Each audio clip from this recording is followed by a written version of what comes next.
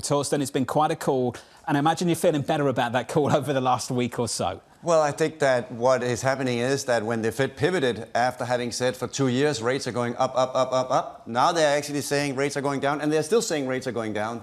When that change came at the November 1 FOMC meeting, since then, the S&P is up $10 trillion. In other words, the tailwind to wealth in the household sector, the tailwind to wealth for corporates, and therefore the tailwind to consumption, to capex. It's really not surprising that non-farm payrolls for the last 3 months has been strong. It's not surprising retail has been strong, and therefore it's also not surprising that inflation has been strong. And I think that tailwind will continue for the next several quarters. You're not lonely. Joining you, I think Slok and Stephen Gallagher in the last couple of days now saying no cuts in 24.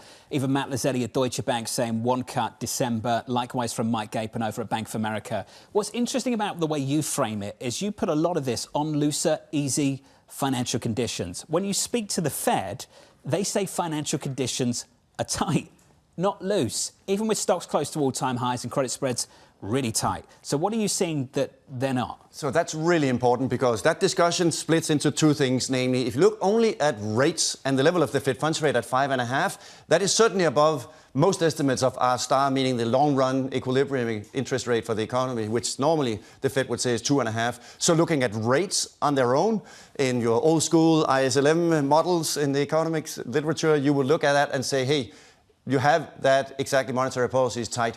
But what has happened is that has been completely neutralized and offset by the rise in the stock market, the rally in IG, in high yield, in loans, the incredible increase we've seen in issuance in IG, also in high yield, and likewise IPO and M&A activity coming back. So you have, on the one hand, yes, it's true that your old school textbook model tells you that rates are higher than where they will be in the long run, namely 5.5 is bigger than 2.5, so that tells you policy is tight, but that's completely being more than offset by a dramatic tailwind. You could call it a sugar high coming from the easing in financial conditions, lifting the wealth component for households that is boosting consumption. Therefore, you see increases, of course, in travel, restaurants, airplanes, everything when you come to hotels, concerts, sporting events. There's a huge tailwind to consumer services, and that's why supercore inflation is accelerating so quickly at the moment. Essentially, are you saying that it was a policy error for Federal Reserve Chair Powell to talk about in December the potential for cutting rates? See, I don't think this was the intention. I think the intention was to take the textbook out and say,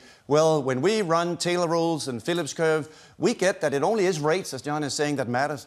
And they did not have the intention of lifting financial conditions and boosting the stock market as much as they did. Remember, the S&P is up 25% since November the 1st, and the market cap of the S&P is about 44 trillion, so that brings you to roughly around 10, 11 trillion additional increase in wealth for the household sector. I don't think this was the intention to generate this wealth increase. It just happens to be what I would describe as sugar high that is now lifting for several quarters, because we can't have the stock market going up 25%, but for several quarters we'll get that tailwind where consumers will say, well, my balance sheet looks a lot better, probably better than it's done, meaning for the household sector, than it's done for a long, long time. And as a result of that, consumption is getting a huge tailwind, as the data yesterday was showing.